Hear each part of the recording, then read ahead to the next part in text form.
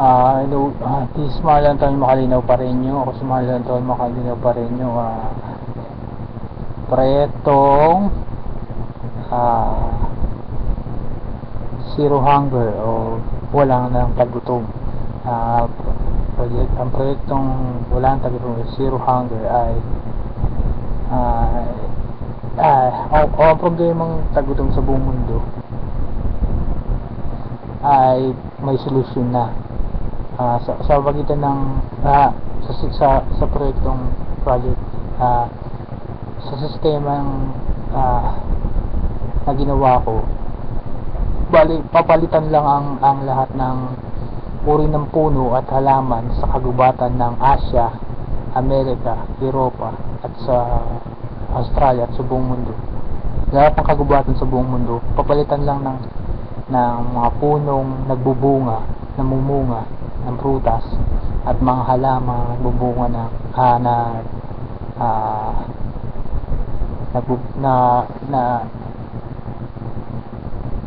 mga halamang gulay at mga punong namumunga ng prutas. Okay. Kumbaga isipin mo na lang, kumbaga kung ang buong Asia, ang buong kagubatan ng sa Asia ay mapupuno ng mga puno na nagbubunga ng prutas at mga halamang gulay.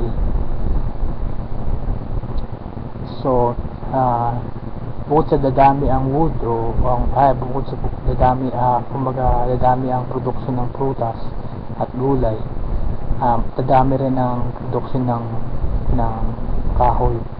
Kumbaga hindi na kahit hindi na ipagbawal ang pagpuno ng kahoy. Hihintayin lang natin na umidad ito at pwede natin palitan ito. So magkakaroon ng ligayan, tsaka dadami pa ang prutas at gulay, produksyon ng prutas at gulay. At pag dumami ito, siguradong may mas maapektuhan ito ang pagdami may magandang epekto ito sa pagdami ng baboy, baka, kalabaw, manok at kung ano-ano pa.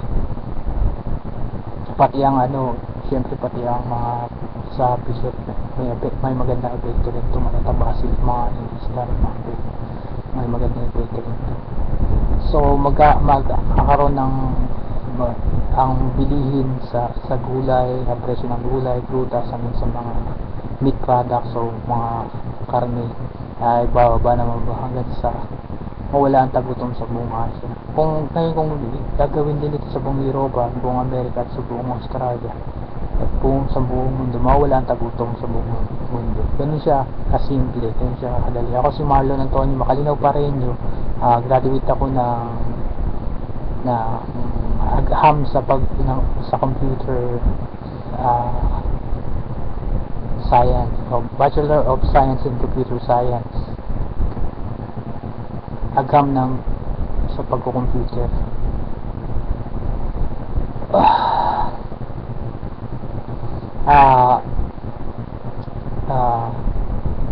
Kumbaga yun lang susundin natin, yung tamang panuntunan. Magkakaroon mawawala na ang tagutom sa buong mundo. Papalitan lang, ulitin ko, papalitan lang ang lahat ng puno sa kagubatan ng Asia o sa buong kagubatan ng Pilipinas, sa Asia, sa Amerika, sa Europe at makapag-produce mawawala na ang tagutom. Ganun din ang halamang gulay.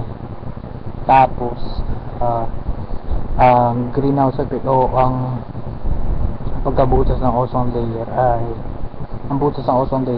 hindi imposibleng magsara ito sa dami ng gulay at puno na magpuproduce siyempre ng oxygen.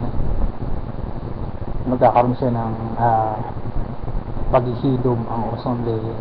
Hindi imposible ito, pwedeng maibsan yan, may balik sa dating magandaan na ang temperatura ng mundo.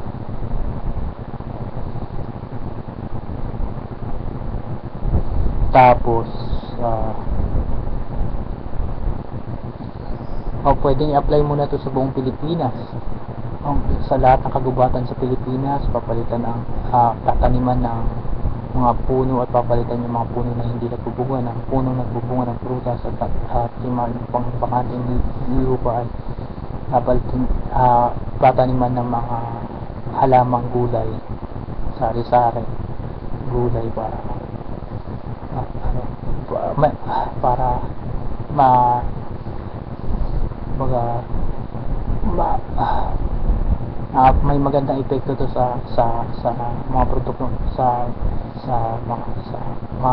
mga hayop. Kumbaga tataba ang baka, tataba ang baboy, tataba ang kalabaw at ang mga manok. Ganun lang siya kasimple. Ibsa ng tagutom sa buong Pilipinas at sa buong mundo. This has been Marian Antonio Macalinaw, Pareño, isa akong Pilipino. Pakisuporta yung mga vlog. Bye guys, love you guys.